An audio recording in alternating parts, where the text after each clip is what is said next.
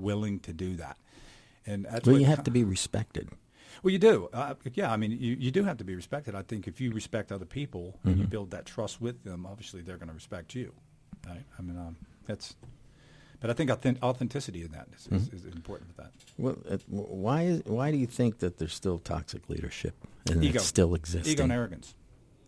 I mean, it's real simple. I do this for business as well, and it comes out to mostly ego. And a lot of companies and a lot of organizations, they don't really accept feedback. In the military where you're getting constant feedback of after action review process and all these things, a lot of corporations once a year they get some kind of evaluation. It's just like, oh, okay, well, thanks for that feedback. I used that 340 days ago, right? Yeah. So it's a constant feedback, and it's the self-evaluating. It is, and you get evaluated by your peers and as well. I mean, for us, I mean, it's about being, instead of, some people talk about servant leadership, which is a great concept in itself, but I prefer to be more of a steward leader, if you would. Mm-hmm. And that's kind of how we start training from the very beginning. If you go to BUD/S SEAL training, and you got the officers and you got enlisted guys, right? And this is pretty unique within the military. Most people are like, well, you're an officer, you get privilege, you get in the front of the line. Absolutely not. The SEAL team is exactly opposite. When the students go to chow hall to eat, the officers get in the back of the line.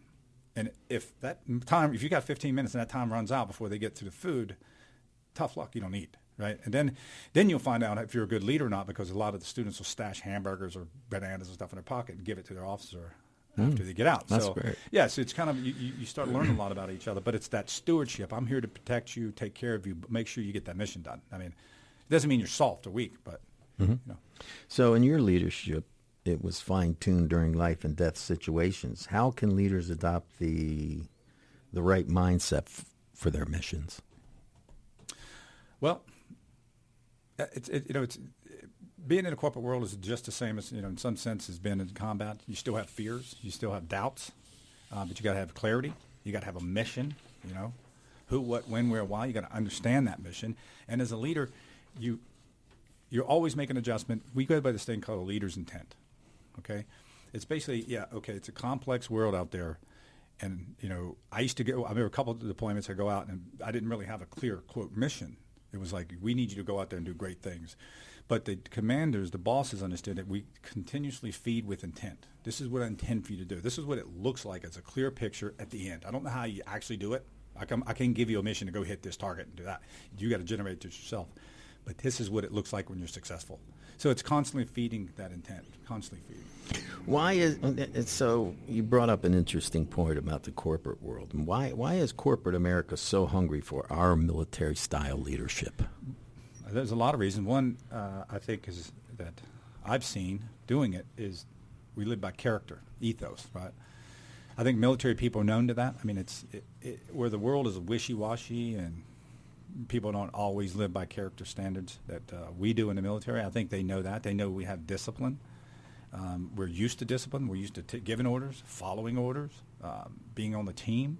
Team ability is one of the, quote, traits we want in a SEAL, is ability to jump on a team and follow or lead at any moment. So, everyone in the chain of command is considered a leader. Like if you're out in the field and you're in a 16-man patrol and the officer gets shot, well, the chief's next, right? Boom, boom, boom. And then everyone knows where they're at, and they're willing to step up. So everyone gets the same training. It's just where you're at now, what position are you in. So is clarifying essential to leadership? Is clarity? Yeah. Yeah, absolutely. They got to know exactly where you stand, right? I mean, that's, especially in standards, right? Principles, standards, because what you tolerate is where your standard is, right? If you tolerate sloppy behavior,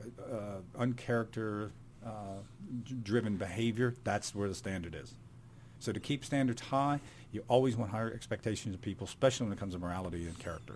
So as the leader or a CEO in the corporate world, what I hear you saying is lead by example. Yeah, that's right. And have high expectations, especially with character, right? I mean, you what you expect of people is where they're going to land, or close to it.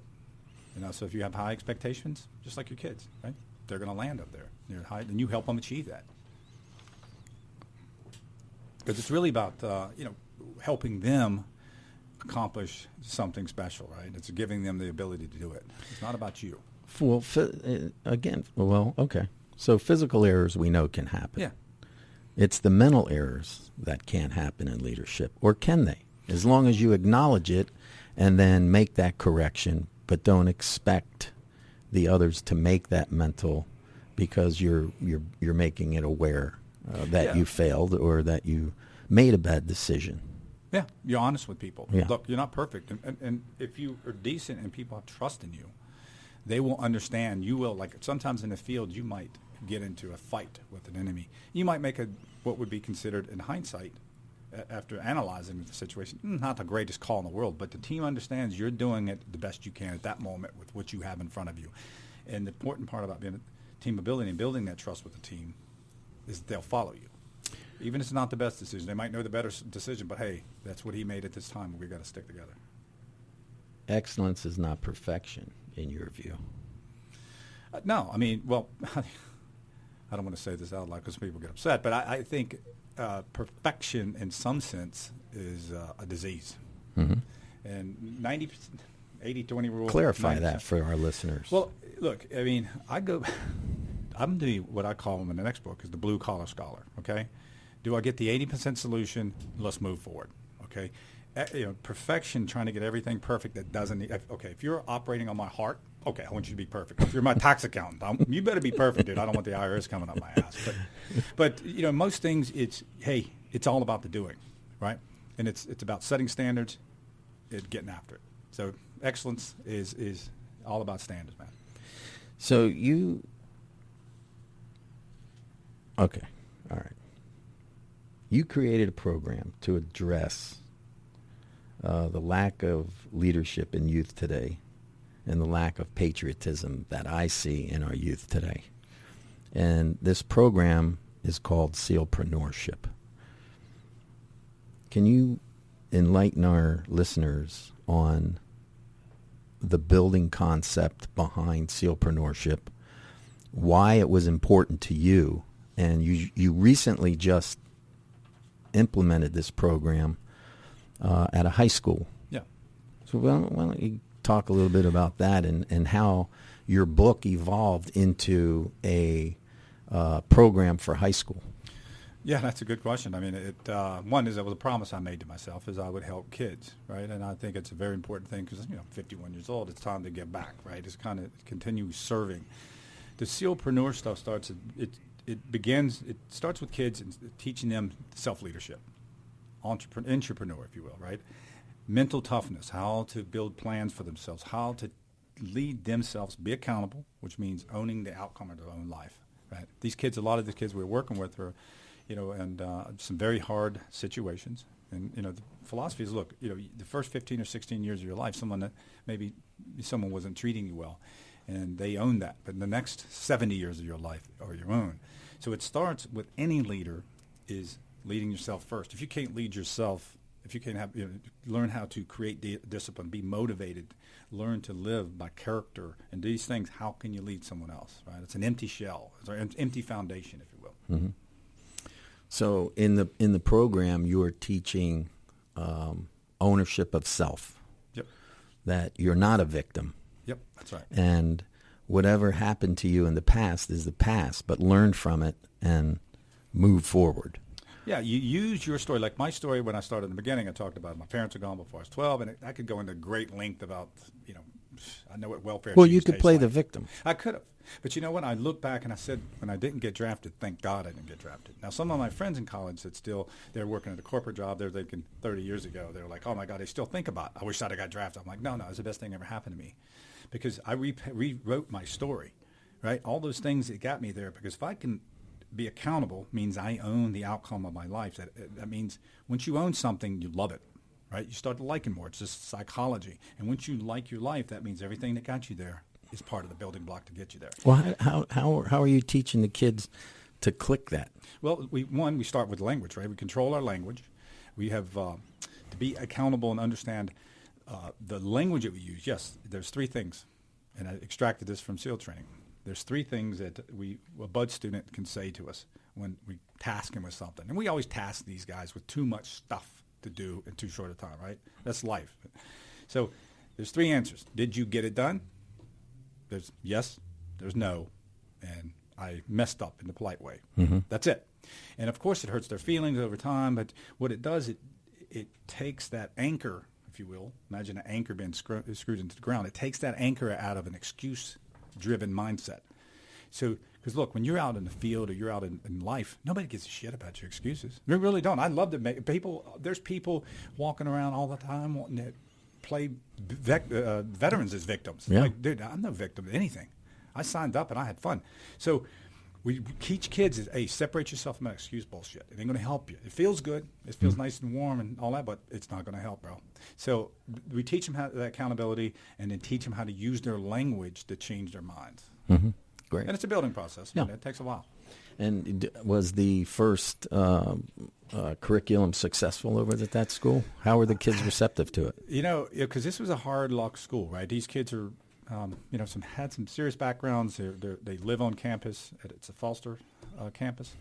And at first, first couple of days was a struggle. We did a 7-day summer camp, and but the response, I think, was very positive very quickly after that. And the kids, they got it. They realized that, I'm not talking down to you like some authority figure. I'm talking with you. I want to share this with you so you take control of your life. That 15 years, hey, that's fine. That's in the past.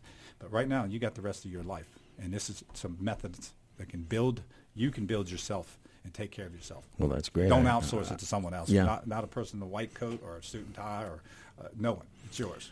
Well, we have about 4 minutes left, Ed. Why don't you talk a little bit about your next book, Guts? Well, Guts is it's in the process right now, and like I said, it's kind of like spelunking, right? You're digging into a cave. You might think it's in that cave until you get down there, and then you're like, wow, there's some different stuff. So it's kind of evolving as we go, but it's greatness under times of stress, Mm-hmm. and it deals with because growing up. Everybody talks about fear, right? Fear is human brain works in a fearful way. That's just we're cavemen, right? Our brain is, and we're looking for fear. It's always out there. There's so much stuff now that distracts us. I mean, none of us get chased by a lion anymore, right? But there's social fears. There's fear on TV. Watching the whole world's full of fears. People have doubts. Public speaking. Public speaking is awful. Yeah. People just like seize up because they're being judged. They're being vulnerable. Mm-hmm. So the book talks about that. It's not just hey. This is a motivation book. It's about self-leadership. It's about, like I said, the blue-collar scholar, okay? This is about actual things you can do. If you can imagine, it's like a psychologist and a philosopher and Darwin mixed in with a mechanic, right? Joe, fix it over here. You take a screw and you turn this and this happens. So it's not like lofty, spiritual. That stuff's cool if you dig it, but this is like, hey, if I cut these words out of my language, this is what happens to my mind. And then I'll throw some psychology in there because I studied psychology stuff. But, and then if I do this happens. So it's if you take care of your body, right? Most people don't know that if you run 30 minutes a day 3 times a week or just do cardiovascular, it's better than serotonin. Or, excuse me, it's better than like Zoloft, those antidepressants. Mm-hmm. Statistically, it's better. But people would take that pill instead. It's like, well, you can trigger your body and use your natural cocktail, if you will, right? Your natural hormones to motivate yourself. So I hope it's going to be cool. It's going to be kind of strange. Well, the first book was great. I mean, First, Fast, Fearless. It was a great book. I appreciate if you listeners out there would tap in and buy that book and really understand yourself from this book. It's a great book. I loved it. But you've been listening to Bravo Zulu, sponsored by First Fold. And Ed, I extend my hand. Hey, brother. Bravo Zulu, brother. Thank you. Bravo Zulu. Thank you for being on the show.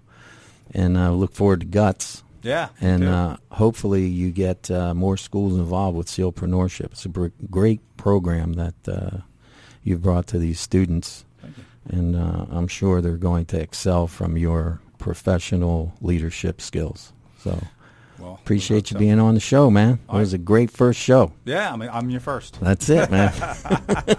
I'll tell my wife that. Bravo Zulu. Thank you. This is David Cardpone. We're signing off.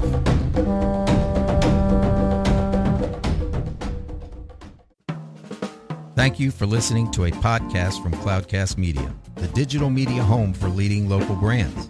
When it comes to amplifying your brand, a Cloudcast-sponsored show offers unbeatable value. Learn more